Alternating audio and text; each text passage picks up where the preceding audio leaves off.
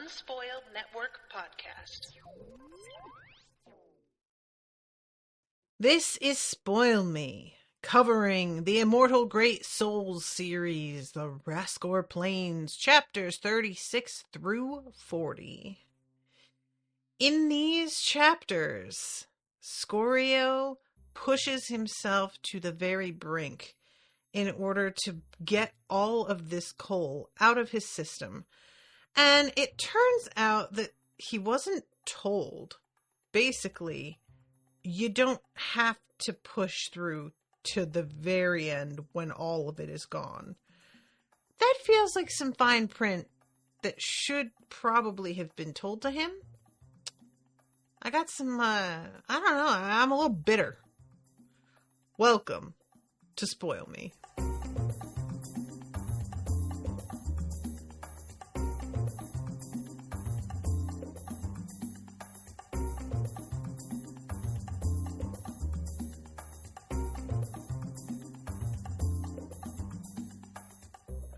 Welcome to the show, everyone. I am Natasha. Thank you very much to Dan for commissioning this episode.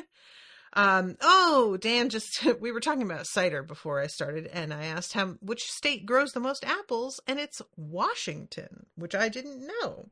60% of the country's apples come from Washington. So facts that nobody reading this book series probably cares about in particular, but now you have that in your back pocket for when you are a guest on Jeopardy. So these chapters are really grim, y'all.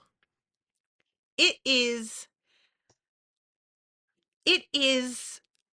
almost frightening, the point that we reach with Scorio and how hopeless he has become.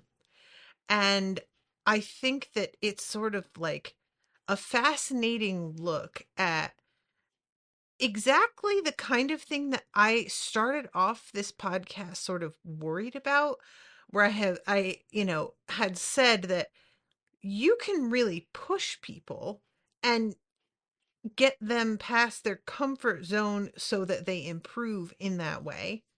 And that's a valid thing. Because sometimes we think we know where our line is, and we're wrong. Sometimes we can keep going past that point. But there is a point where we begin to start to break down, where it's not actually helpful anymore.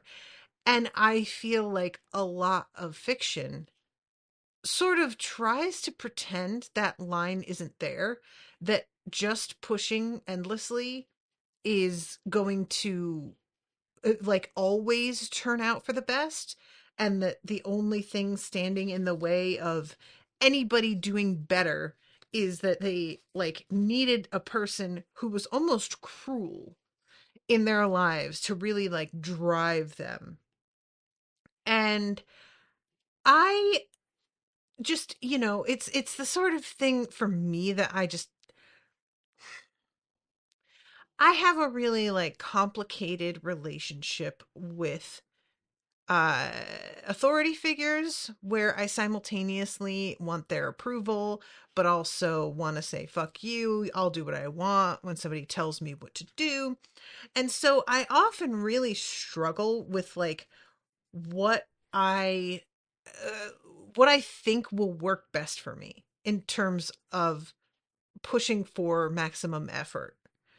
And I don't think, everybody is very different, right? Some folks do super well with negative reinforcement. Being told you can't do it, you stupid fuck, you're a piece of shit, look at how weak you are, just drives them forward. And some people, you do that and they already kind of believe it, so it just sort of collapses them from the inside, and they can't scrape it together to want to push harder because they see themselves intrinsically as a failure, so they feel like there's no point continuing. And most of us, it's a combo. There are going to be some times where we need that negative reinforcement and just to be like, are you fucking serious? This is your effort. And then there are going to be times where we need somebody to be like, you really did that shit. Good for you. It's a mix. But in fiction, I think that especially when you are dealing with people, beings who are meant to be sort of like beyond normal human like abilities. I don't want to say exactly superheroes because that has like a very particular connotation to it, but that is pretty much what I mean, if we're being honest. If we're talking about that sort of thing, so many storylines center around a character going through something really horrific and like being broken down from the top down and eventually having to sort of like find a mentor who really like gets them right up to the edge of what they can handle. And it is portrayed as ideal, as being like this person wouldn't have made it to where they eventually get if it hadn't been for their really relentless and kind of brutal mentor.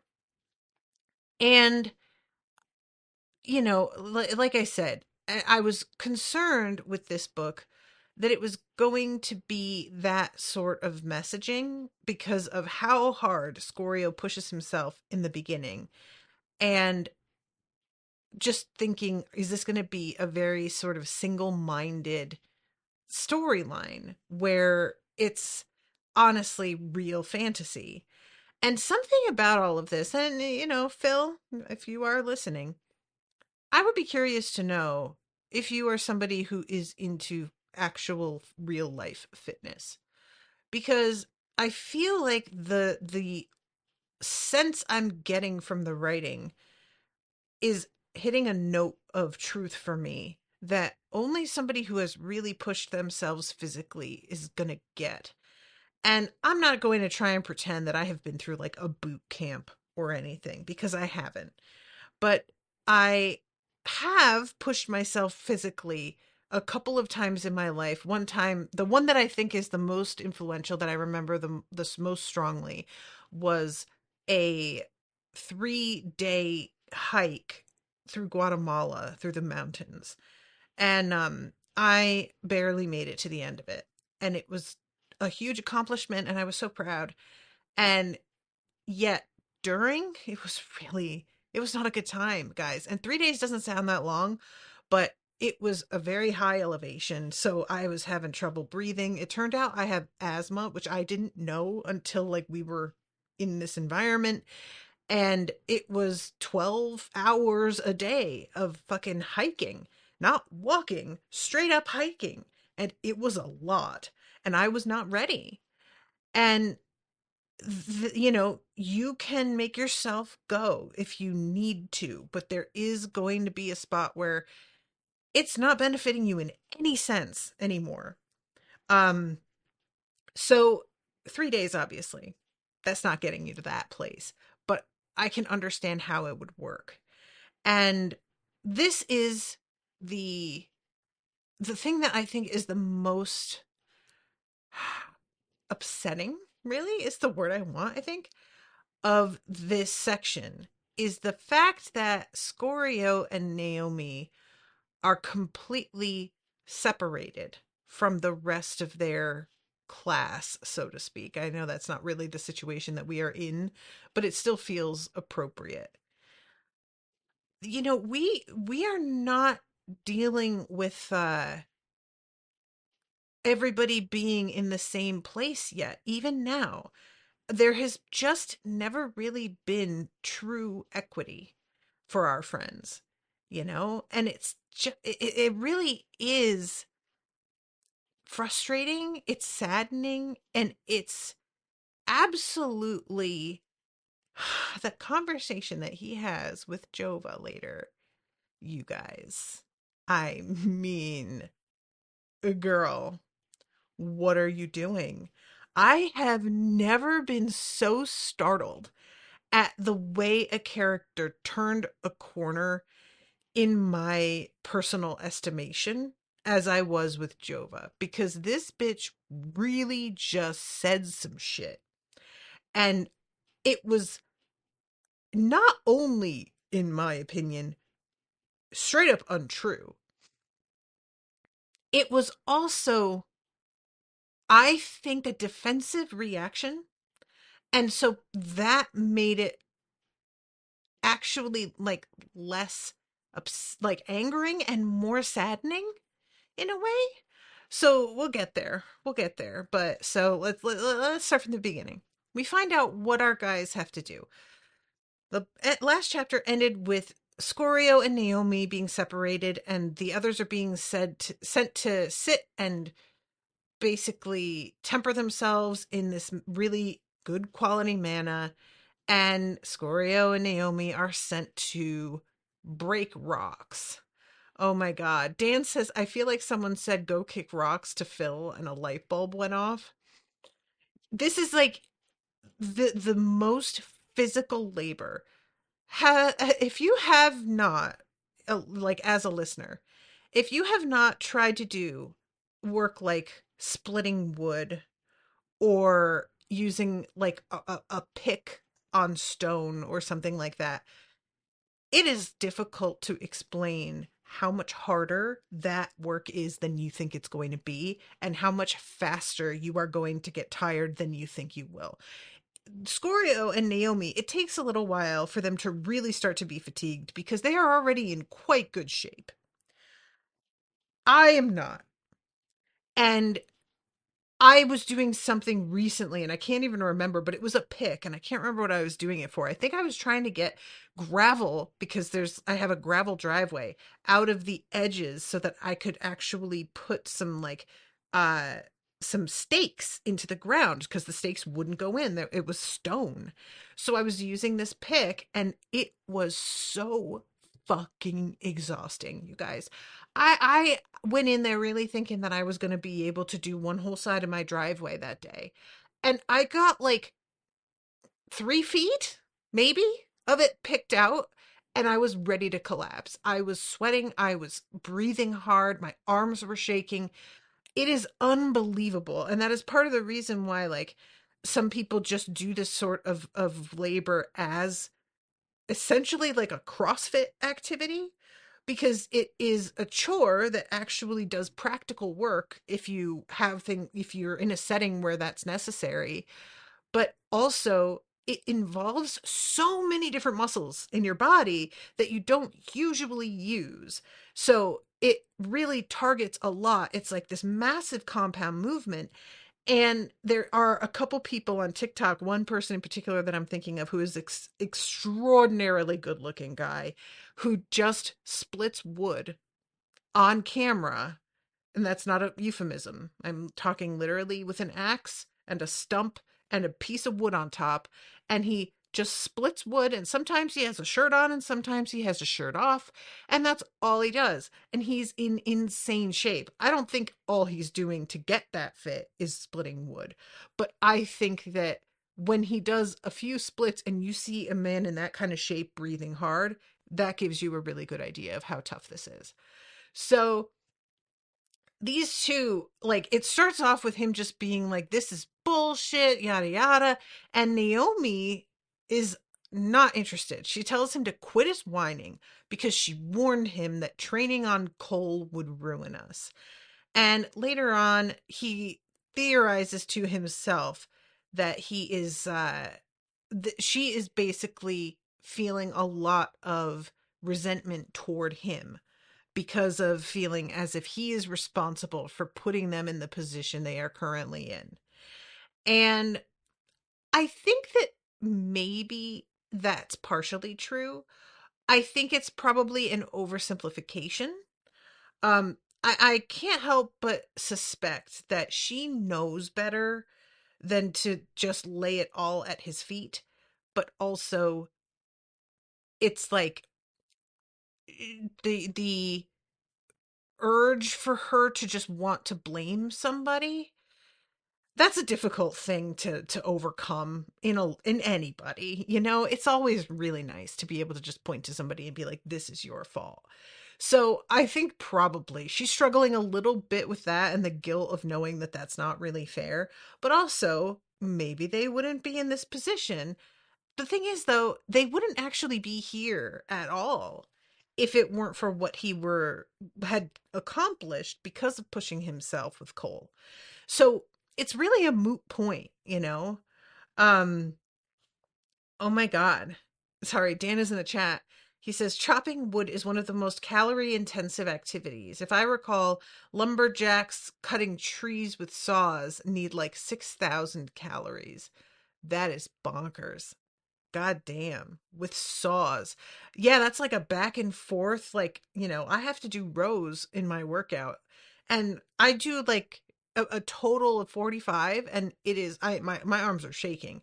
If you're doing sawing, that's like this constant back and forth motion, way more than just 45 reps.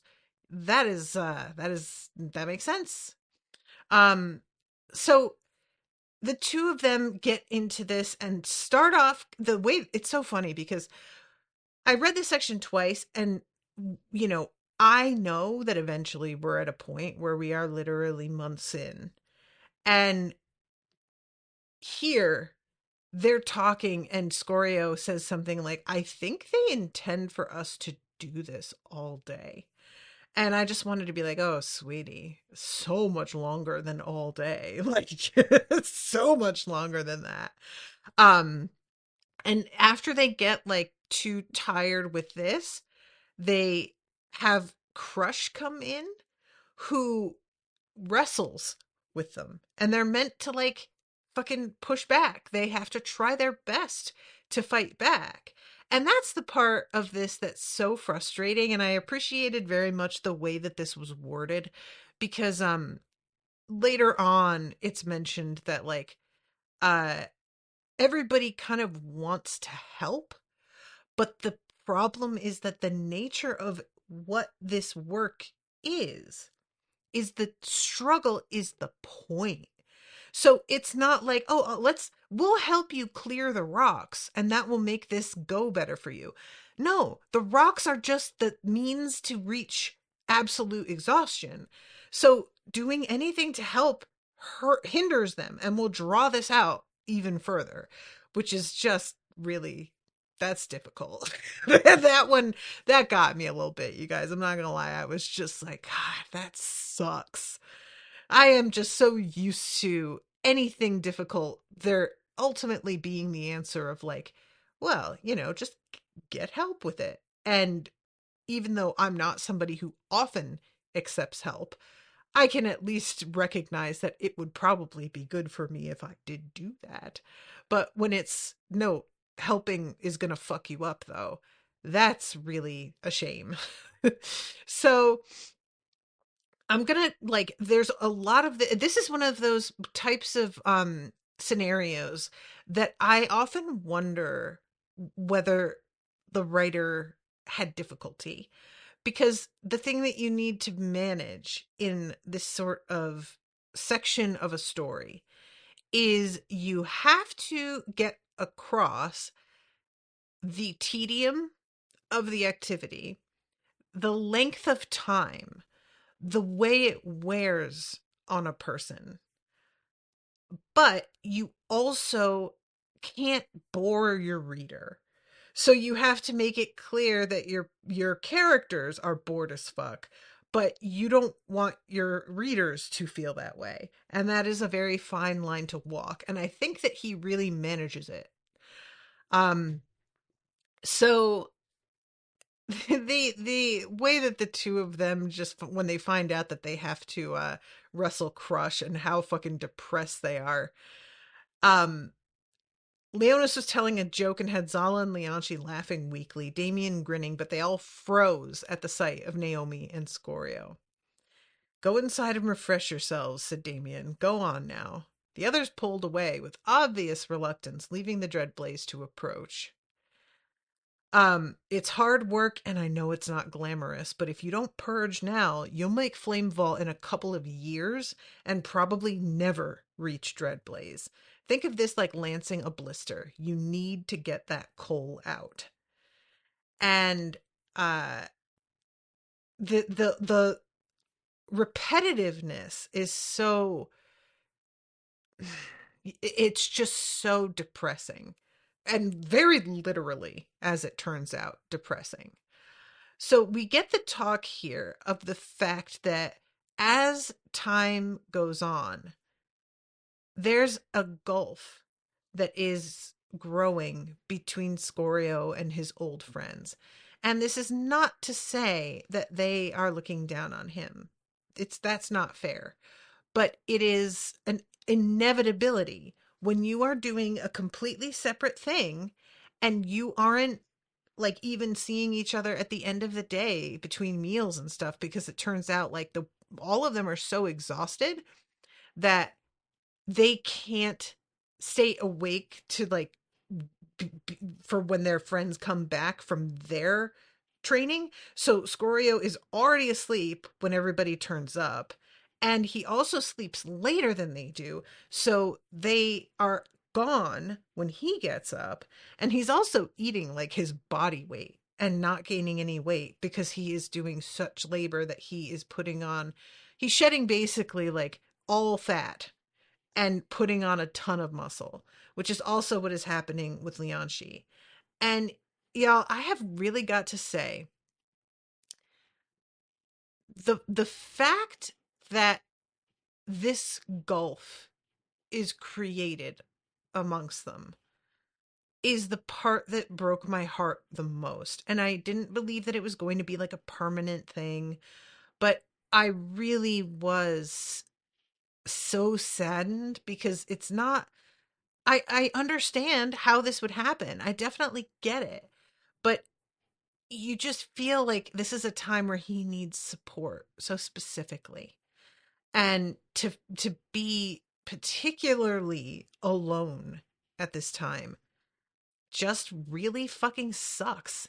And I have gotten so used to his friends being in the wings, you know, with a joke and able to cheer him up, cheer him on, whatever you want to call it. I really, I think, took for granted how much they were present and always there to like lend some kind of support, whether it was practical or not. So having that additional barrier put between him and his old friends, it just, that aspect of it made it so much sadder to read and made it so much more understandable when he really starts to like kind of lose it a little bit. Um so yeah, we get the I'm trying to find the spot here. But oh yeah, here it is. His body leaned out, losing what little fat he'd carried. His hands became leathery claws, his muscles lean and long and naturally compact. Not due to absorbing fancy mana, but simply through dints of endless hard work, all the food he could eat, and endless hours of sleep. But there was no escaping the monotony of their work. Week blurred into week. They finished clearing the path to the chasm and hauled their first sled, whooping like fools, when the sole rock tumbled into oblivion. Returned, shattered more boulders. Scorio's technique with the sledgehammer improved. By the third week, his body no longer protested as virulently to the endless swinging, and by the fifth, the hammer felt like an extension of his arm. He learned by trial and error where to hit rocks so they split more easily, how much they could load onto the sled before they took to shoving it forward, Naomi in the front, Scorio behind. It took them about half an hour to haul the sled to the chasm, half an hour of pure effort. Naomi grew whipcord lean. She braided her hair and took to wearing it curled up on the crown of her head. Her pale skin tanned. Where Scorio leaned out, she put on hard muscle, her shoulders swelling subtly, her legs thickening. Once Scorio caught the sight of her emerging from the river. It was but the briefest of partial glimpses through the rushes, and though he immediately turned away, he saw how sculpted and defined her abdomen had become. Sessions with Crush were never anything but misery. No matter what he and Naomi tried, she could master them with ease.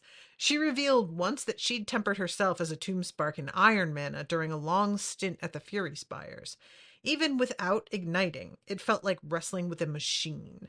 She pinned, trapped, and handled them with callous ease, and Scorio never allowed himself to hold back, to fall limp.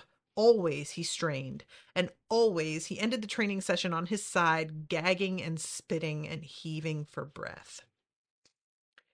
So this is what our life is. Around the 7th week, Scorio realized he no longer felt furious or resentful. Labor was just that, labor. Everything felt simplified. He came to know that massive mound of rocks as intimately as his own scarred palms. Worked out a plan of attack on how to demolish it in its entirety. He and Naomi worked wordlessly, moving back and forth to tackle different key rocks that caused others to tumble free. Loaded the sled, dragged it, sweated, suffered together, bathed, ate, slept. And this is going to play into the conversation later with Jova. But just remember all of this. So Idriel returns from the 3rd trip after 11 weeks. So we're almost at 3 months here. She looks at him, and this is a weird moment. She asks, what is House Kraken's interest in you? And he genuinely doesn't know. She says something about a flame vault approached me. He demanded I swear a heart oath. And he's like, oh, I was thinking Ravenna, but Ravenna's an Emberling, and she'd said he. Octavia? But like, what? And it's clear there's a suspicious, like, bent to this. Idriel is feeling like he's not telling them everything. We know, we're in Scorio's head, that he has no idea what this is about. And I genuinely don't. What is something that they'd want to tell him but keep a heart oath about? Is it regarding what he found out about, like, Praximar? Or is it further information on what she had started telling him regarding the guy whose name I forgot, who seems to have been played into a corner and can't move? I don't really know what this could be.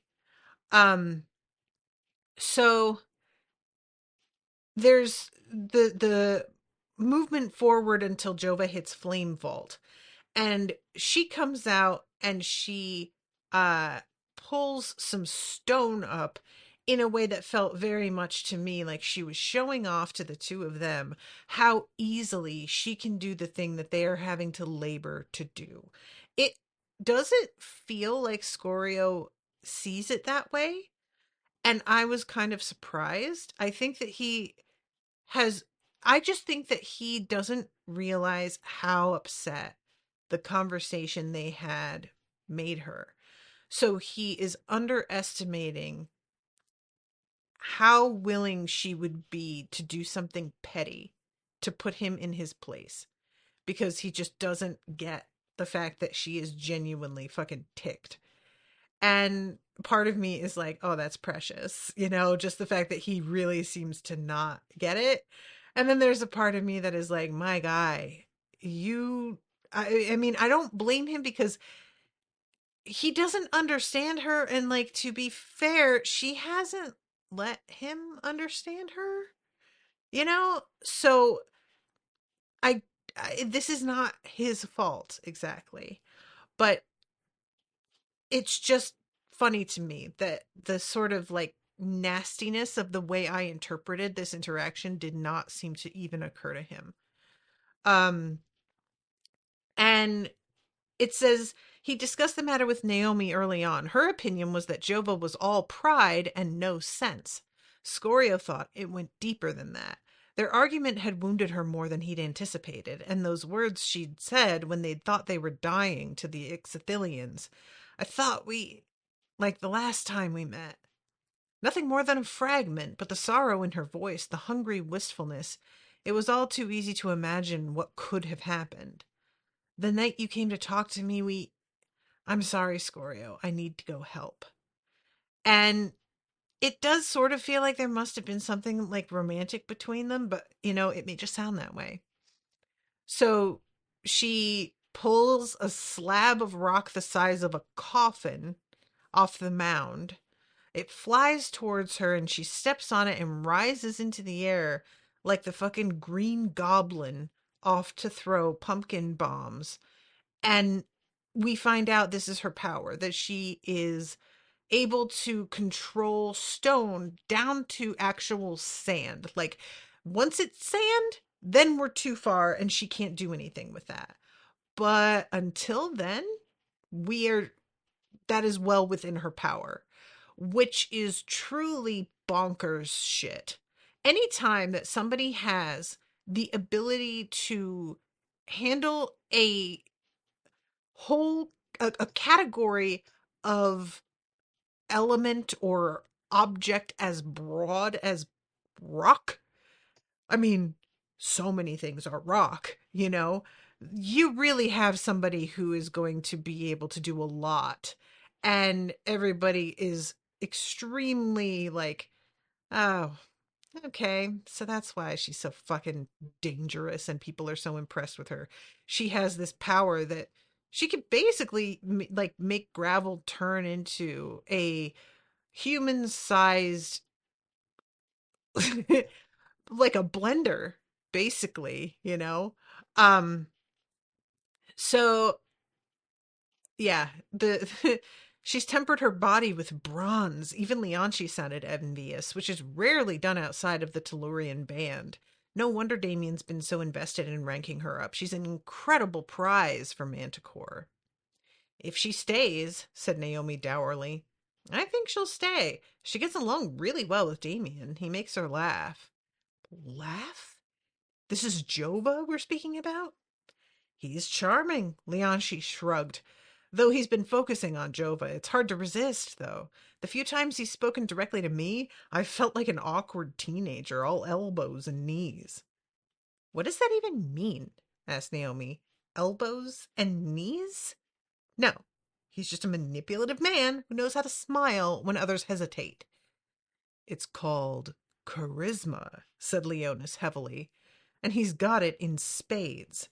And I agree, Jova's not going anywhere just yet. I think she's going to be sworn in as a full member of Manticore soon. And you two? Scorio put his hands on his hips. You about to swear?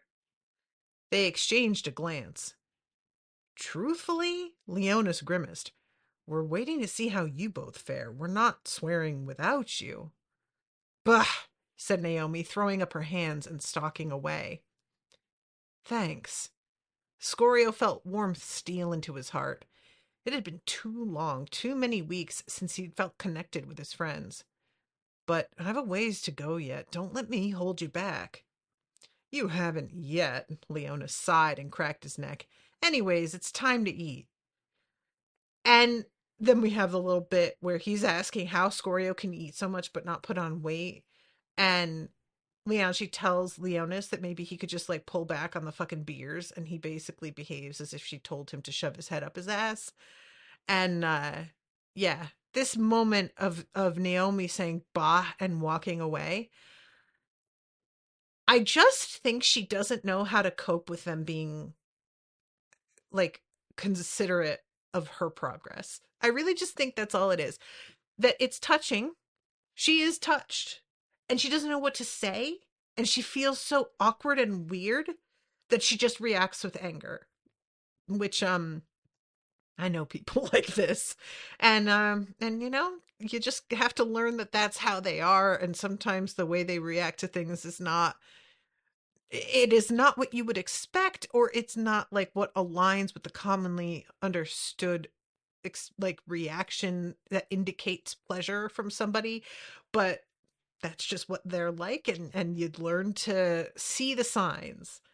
um so then, Chapter 38, the months of isolation and pointless drudgery took a surprising toll on Scorio and Naomi's sense of self.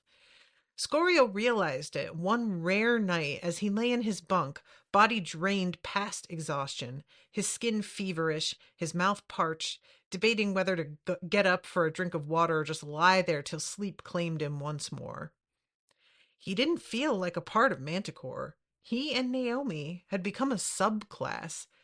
They didn't train with the others, rarely had the same meal times, and though they shared the same bunkhouse with their old companions, the distance between them was only growing.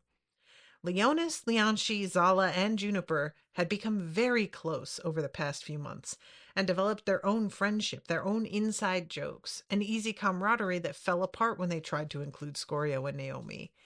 He saw pity in their eyes and guilt. There was nothing they could do about his purgatory, but their easier and more rewarding lifestyle drove an artificial gulf between them.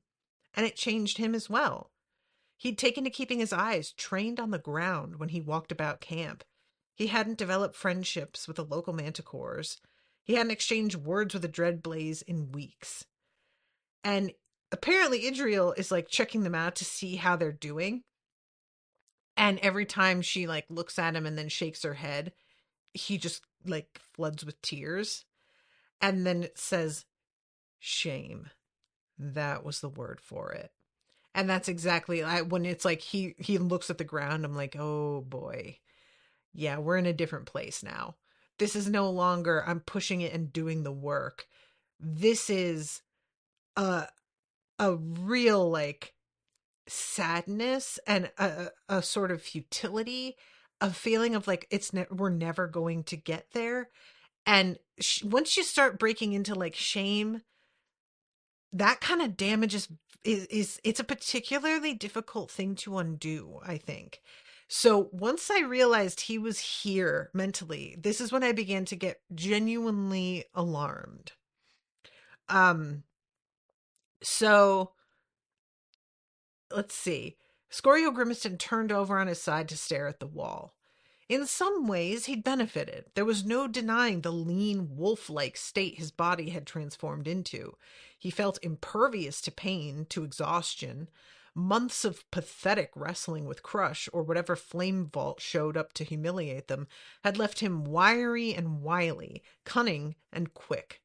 Better yet, he'd drained his body of almost all the coal he'd absorbed. He must have. It had been 5 months now. He felt hollowed out, empty of emotion, without memory of the glory of igniting his heart. Shame.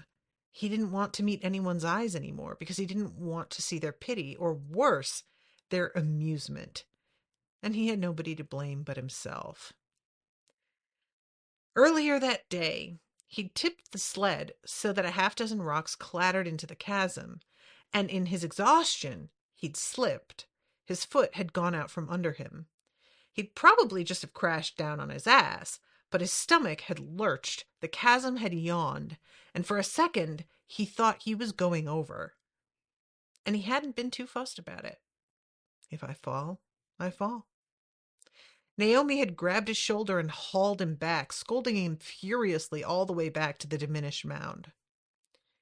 If I fall, I fall. It had been an alarm, a warning. He could keep this up, he knew, could keep shattering rock, hauling the sled, and being beaten mercilessly every day, but something fierce and raw within him was dying. I can't keep doing this, he realized. Either they let me begin training for real, or he'd just take off, ask Naomi if she wanted to come, and walk away. But he would hammer stone no more.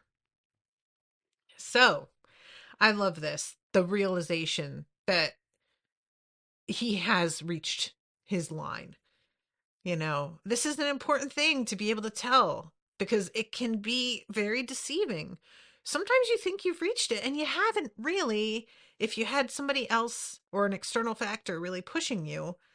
And we know if Scorio thinks he's reached his line, he probably already had reached it. And because this is not a normal person. Scorio doesn't give up in anything like the reasonable time that a normal person would. So if he is feeling this way here, I think most of us would have felt this way at least a month earlier, if not longer. Um, so this is when he goes up to Simeon and Idriel. And he's like, look, I'm done with this. I can't do this anymore. And Idriel says he's almost there. Another month would see him totally cleansed. Simeon studied Scorio. Then I think that's close enough, don't you? It's not optimum, but it might be as close as we'll get. To be honest, I'm surprised you lasted this long. Both of you. Simeon leaned over amiably so as to smile at Naomi. Incredible willpower. I think I would have quit 3 weeks in. Everybody is incredibly impressed. Scorio didn't understand. Impressed with what? We've been grubbing in the dirt while you all did real training. Your resolve, Scorio. Simeon's tone was gentle. You and Naomi have exceeded every wager. Nobody thought you would last this long. Work this hard? You barely look like the man I met. That Scorio was a child in comparison. Healthy and radiant. The man before me, frightening. You may not have been tempered by mana, but you've both been through a crucible of the soul. Incredible. I'll speak with Damien right now, actually. So, he calls Damien over, and Simeon tells him Idriel thinks they're ready. They're not totally drained, but they're close enough that if we push it, it's cruel. And Damien is looking at them, and Scoria is starting to be like, I swear to God, if he says no, I'm just going to fucking bail. Like, I don't know what I'm going to do. And then Damien says, agreed. And then, by the 10 hells and every true fiend's hidden name, you two have awed the whole camp. I've never seen the like. When I set you this task, I thought we'd get a couple of weeks of labor, you'd quit, and I'd release you. I've never heard of someone totally desaturating as you two have. People have tried, but to actually accomplish the task, what you've done these past 5 months goes beyond willpower. I've thought on it long and hard. It simply has to be a part of your nature. Incredible. I thought you were both lost causes when I took you on, but damn, am I not pleased to have been proven so wrong. Then why did you take us on in the first place? Jova, mostly. It seemed to be a package deal. I don't think you appreciate how special she is, what she can do when she grows into her full power. With her, as a part of Manticore, we're going to blow right past the Iron Weald, through the Tellurian Band, and to where we belong in the thick of things. But I didn't appreciate just how special you two were either. I've never heard of you before, Naomi, and Scorio with that wrecked heart. You should have been a cautionary tale for new classes, but damn, here you are, bodies nearly as clean as a newly incarnated char. And I just love this so much that Scorio has been interpreting the way he has been looked at as just disdain. You know, he has really thought that everybody around him who was behaving strangely, that they all either pitied him, thought they were better than him, and like, granted, in Jova's case, that may have been exactly what was happening. But I like the recontextualization of finding out what was really going on. I just really, really love this for him. And the fact that there are these fucking wagers in place is truly funny. So let's see. We finally located the treasure vault. But there's no getting to it. Then why are you so excited? We reached out to House Kraken. Their pyre lady Druana is en route. She should be here in a few weeks. With her abilities, we'll be able to break through the obstacles and salvage the artifact. She'll also keep the worst of the emerald-ranked fiends at bay. We've agreed to sell the artifact to House Kraken instead of opening it to the highest bidder. Because they would have been the highest bidder regardless, Simeon grinned.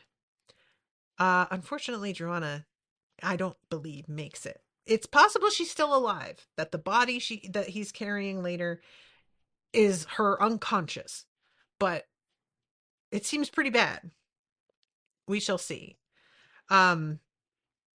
So, they are going to be leaving to do this in a few weeks, so they only have that amount of time to handle the mana in the chasm and use that to begin to temper themselves.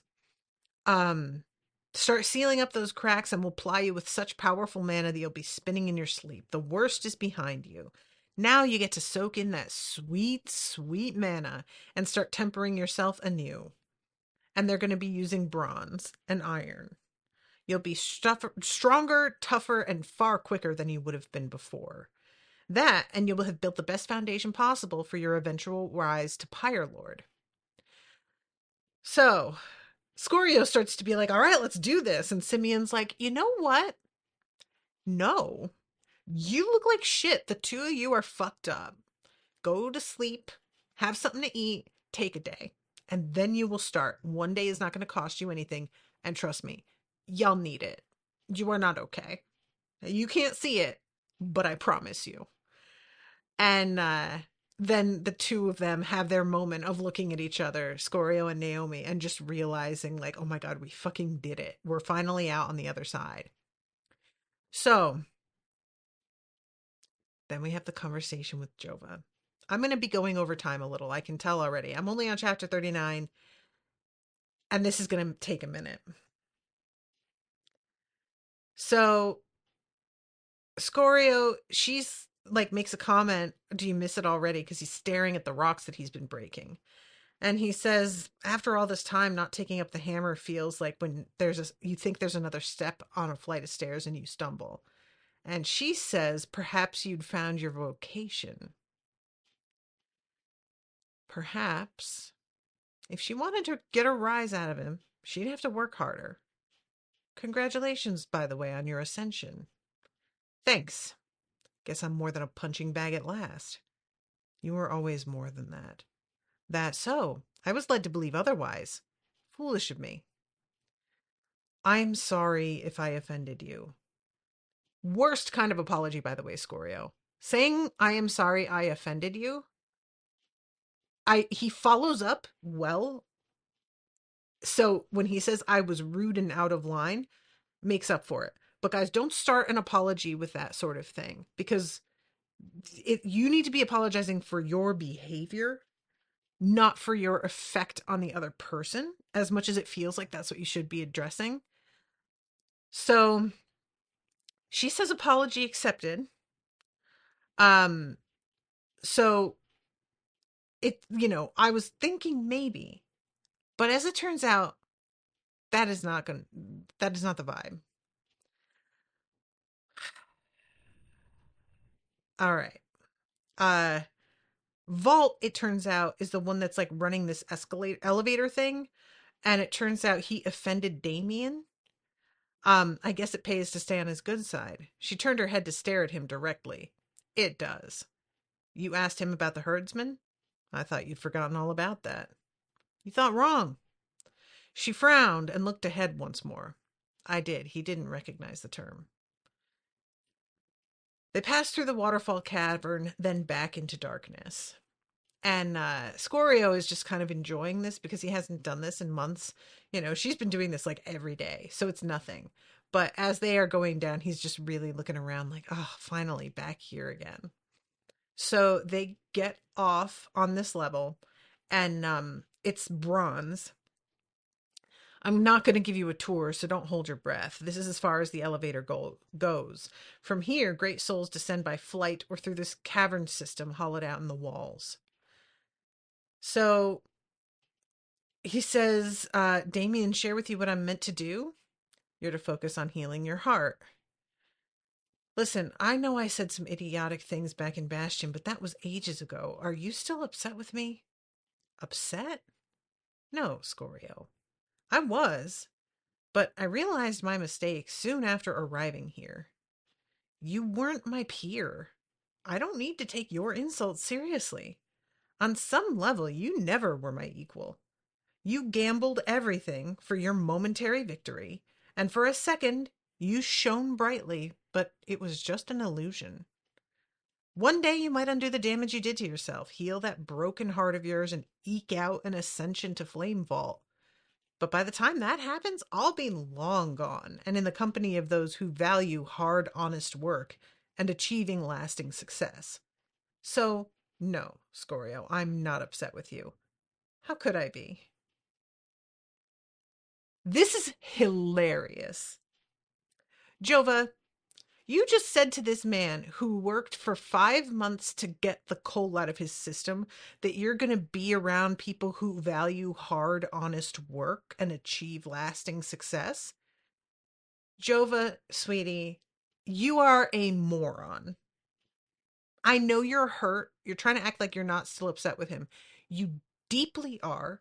You wouldn't be this upset still if you didn't respect him and value his opinion.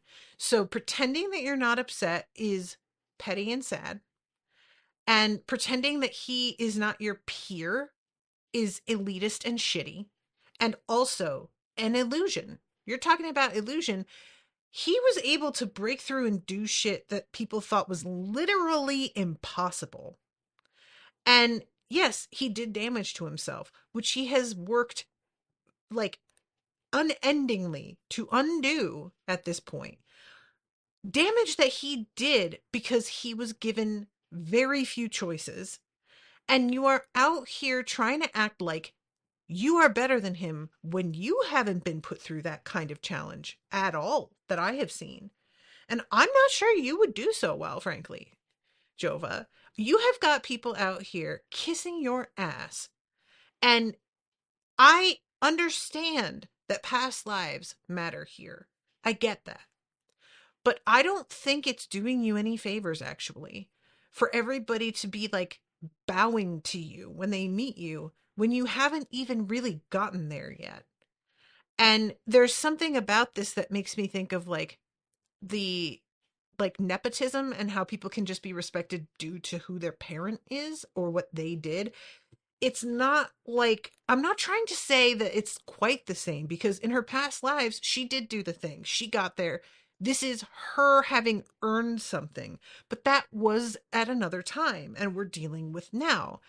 And when everybody already expects the best of you and just fills you full of your own importance and gives you the best of all items to level up because they know that you're going to be amazing, you aren't like the idea that she thinks she values hard work more than Scorio.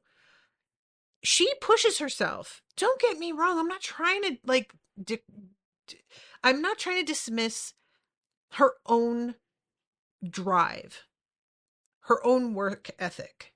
She definitely is somebody who is single-minded and focused, but she has always been single-minded and focused with profound support, with such rewards to that and such immediate rewards with the speed with which she ascends. It isn't the same. And I really wonder how she would behave if something happened where she had to do anything like what Scorio did here for 5 months. Because I don't think she would react too well to that. She has a much more, I believe, fragile sense of self than she seems to. I think that she is really affected by how other people see her, which is part of maybe where her ability comes from that makes her look like bonkers. I think that the validation and the reaction of the people around her means way too much to her. And honestly, I understand that. I am somebody who has struggled as like with being a person who needs external validation way too much. And it's not like the thing is, and I sort of feel like this is how Jova is too. I need it, but also I only value that validation when it comes from certain people because I know that they actually know what they're talking about. So, what that means is I can get lots of external validation, but it's mostly not satisfying because I don't trust or believe that the people who are giving it are like worth anything, their opinion, you know? So when you simultaneously really need validation, but also have a really high threshold for whose validation you actually value, it means that you're constantly like striving and you're never really feeling happy with yourself or satisfied, which I think might be part of why she doesn't get when Scorio finally feels like he can take a minute and enjoy the fact that he succeeded in something and rest. I think that she can't relate to the fact that he is able to do that and just enjoy his success because she isn't really able to do that for whatever reason. And I just I don't know. This conversation though, it's just really really gross. And I think it's for the best that Scorio doesn't try to get into it with her. He doesn't say anything to defend himself. And I think that's probably, like, even though in the moment it seems like he doesn't want to do that because he feels like he's going to be blaming her or trying to like shirk responsibility. He had friends that wanted to stand by his side and that valued his company. Jova, he finally accepted, was no longer part of that group. And I just really think that actually, because she valued his opinion, what he said fucked her up a lot more than he understands. So he is seeing this as her rejecting him, understandably. And if anything, I think her reaction speaks to how much she actually does care. Um, so this is when he is able to finally ignite for the first time in months and months. And he can't believe how fucking good it feels. And it's just like, oh, oh my God. I just kept thinking about what it's like when you've gotten really, really gross, like a day out in the woods or something, and you finally get to come home and shower and just that incredible feeling. Um, so then we have like these hellhounds that basically come out of nowhere and he is ready to like really do some battle against them because he's like, all right, let's fight. I haven't fought in like with my heart ignited in age. I'm ready. But then Jova just drops a fucking boulder on them and kills them, and it's absolutely nothing to her. And he says, appreciate the assist. The assist. She smiled coldly. Sure, whatever. Honestly, I think him saying the assist was meant to be a joke and that she doesn't really get that. She's really hurt. She's really hurt. And honestly, as much as I'm like mad at her for this, mostly I feel really sorry for her because I understand what this is like. And I've said this on another show, and I think I was recording with Miles at the time. But I said that like we talk about different types of privilege all the time and how a lot of them are things you can't control. Being born able bodied, being born white, being born straight, being born male. You don't have control over those things, but you do get a privilege with them. And in Jova's case, and this is going to be a controversial take, I think having an innate talent in something is a kind of privilege. And it's like so much harder to quantify. But there are things that some folks just are good at without effort. And it's not fair. And they didn't earn that. It's just the way their mind works regarding whatever the particular topic is. And they are innately gifted. And while they may capitalize on that and work hard with the talent to achieve things, the talent isn't what they worked hard to get. The talent was just there, and then they worked hard using it. And that's how I feel about Jova.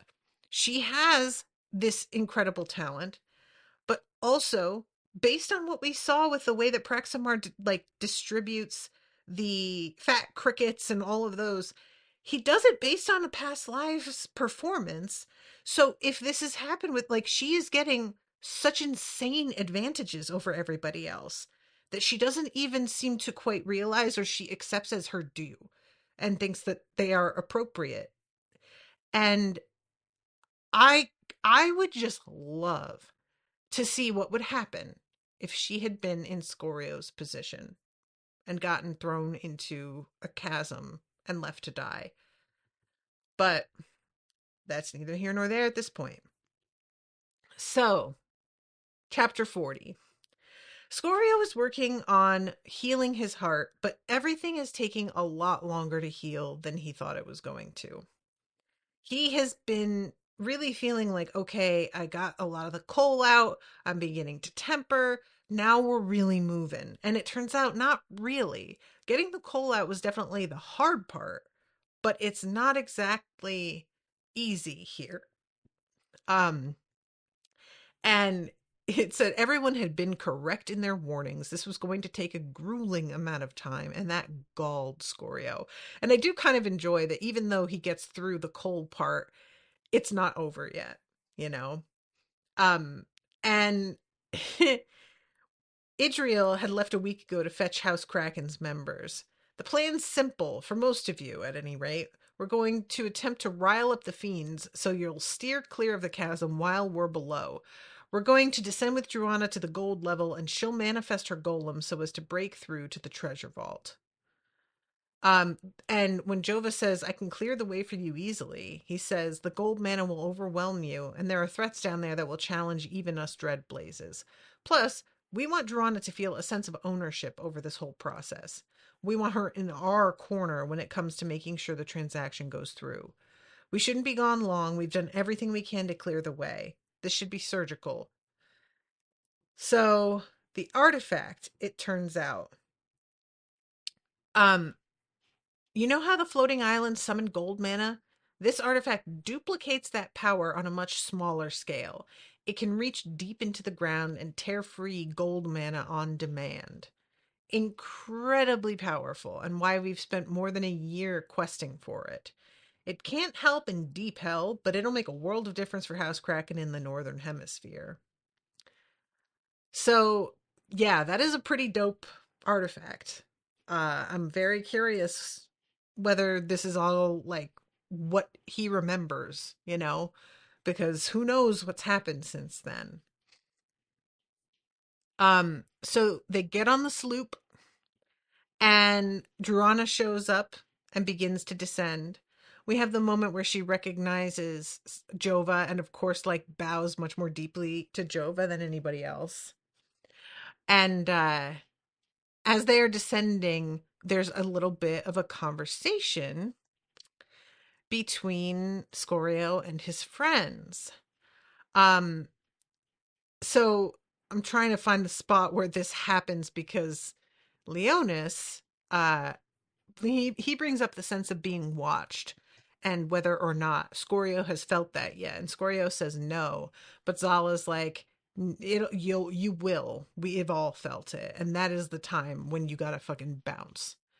Um, I wish you'd gotten more time. Leonchi says to him, and he's like, yeah, same.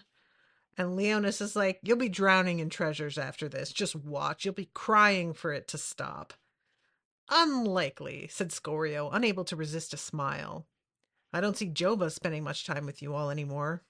Juniper's expression tightened, and Zala looked down. She's become very impressed with herself, said Leonis. I'm surprised she hasn't asked Idriel to ship in a mirror. There's nothing wrong with taking pride in your accomplishments, snapped Zala. Or talking to your old friends, said Leonis with a smile. She's busy, Zala shrugged. We can't help her with her training, and she's got a lot to learn from other flame vaults. And this is very fascinating to me. It sounds like basically Jova is doing the exact thing that she was accusing Scorio of doing, except that Scorio wasn't neglecting his friends when he was doing it. So, I'm the fact that her friends are so defensive of her, but that they seem tense about it. For me, this is saying they are hurt. They don't like this side of her, and they are giving her a lot of benefit of the doubt regarding why she's behaving this way. Maybe she doesn't deserve that benefit of the doubt. You know?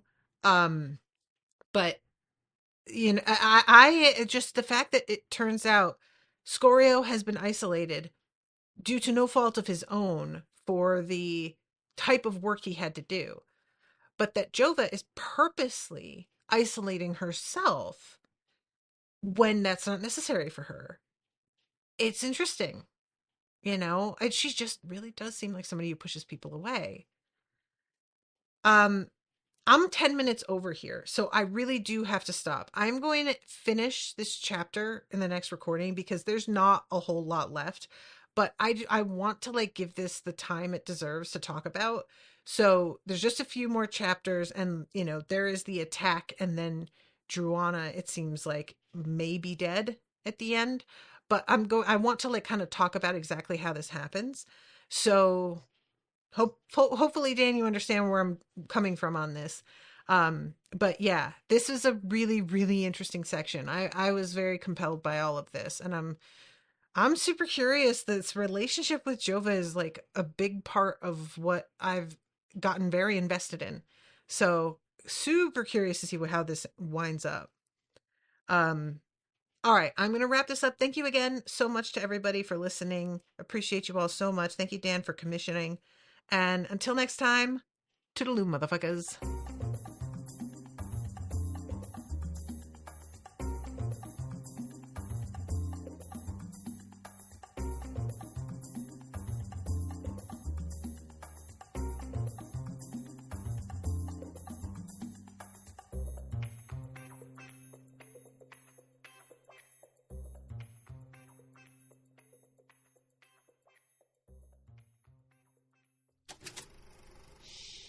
That was an Unspoiled Network podcast.